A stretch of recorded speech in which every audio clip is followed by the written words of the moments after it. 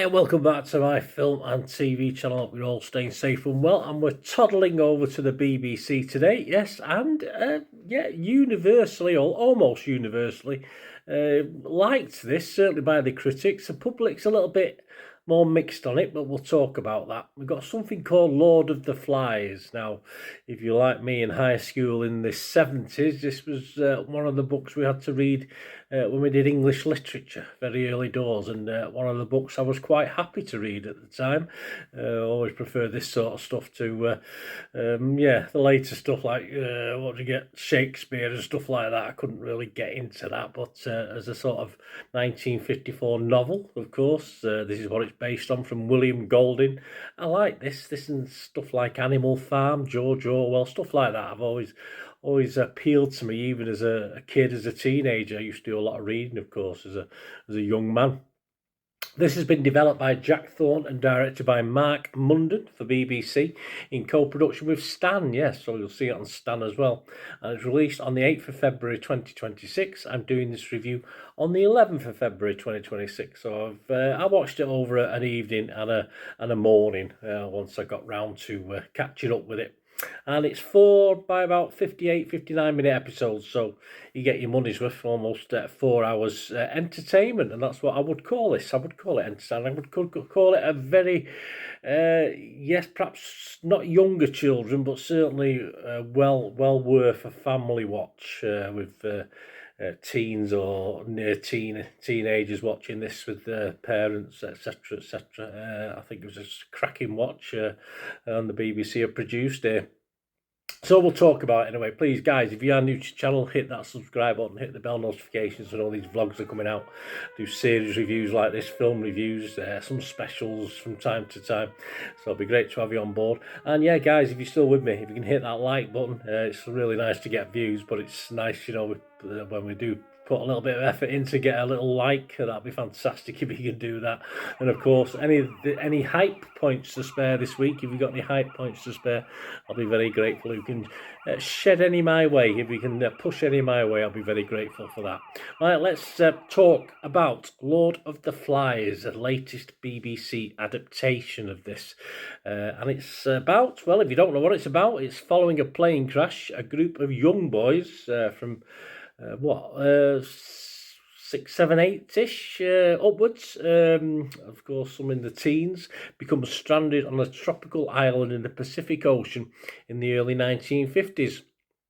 Ralph attempts to lead the boys with help from intellectual Piggy, yes, in the hope of escaping from their current horrid situation. It's the 50s, but a power struggle arises with a lad called Jack, and things gradually slide into anarchy as social conventions disappear and attempts to rule responsibly sort of fall apart very, very quickly. Yes, there's a lot of morals in this little series, in the book as well, of course. So I always sort of compare it to something like Animal Farm, which now I'm talking about it, I want to go back. I've got the film upstairs. I've not watched it for a while. I want to dig it up and give it a watch again.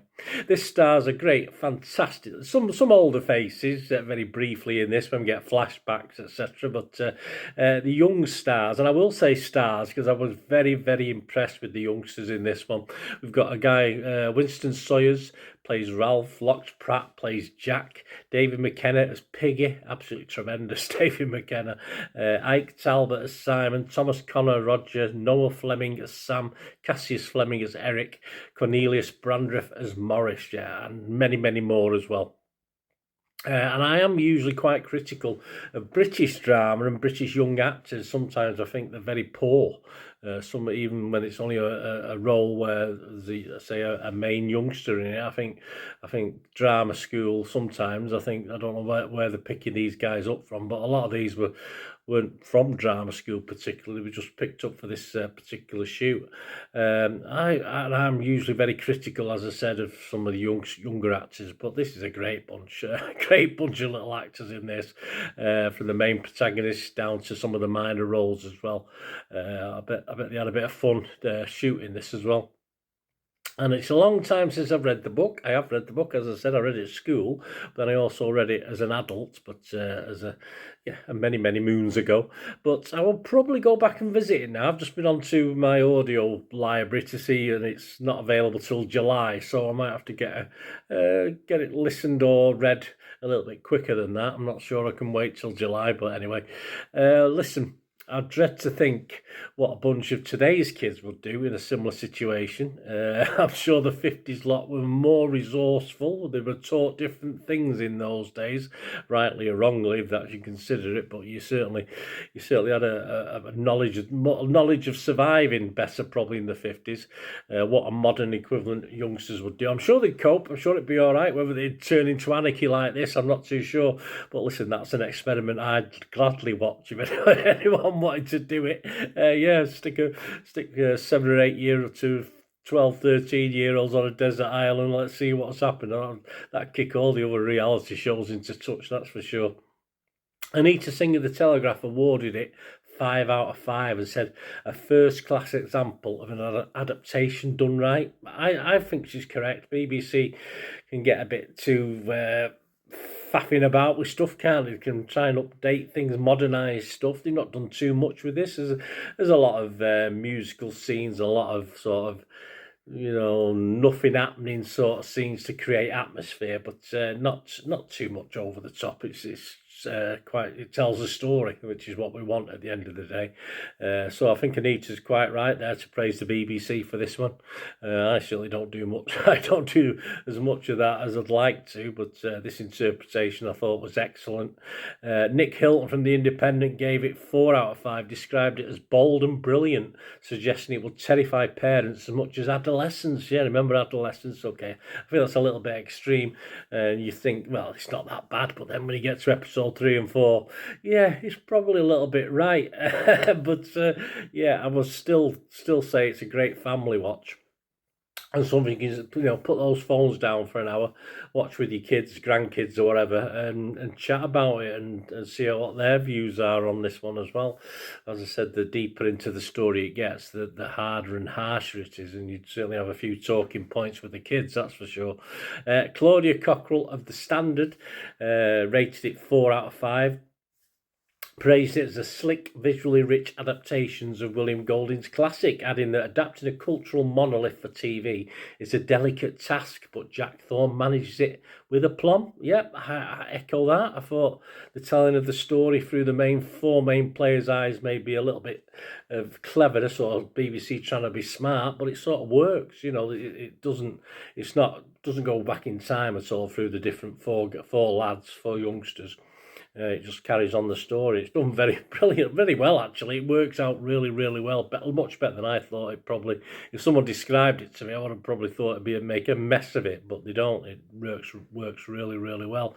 The Radio Times, no surprise, also gave it 4 out of 5, commented that the adaptation serves as a glorious reminder of the novel's power. Yep, give it a read, guys, if you've not read it. Lucy Mangan, perhaps she liked it. She gave it 3 out of 5, but she wasn't gushing about it. So she's a little bit more reserved. Lucy Mangan from The Guardian. She said that the acting is absolutely excellent, which I think we can all agree on that one. But she did say Jack Thorne's take on the classics is nowhere near the original's power.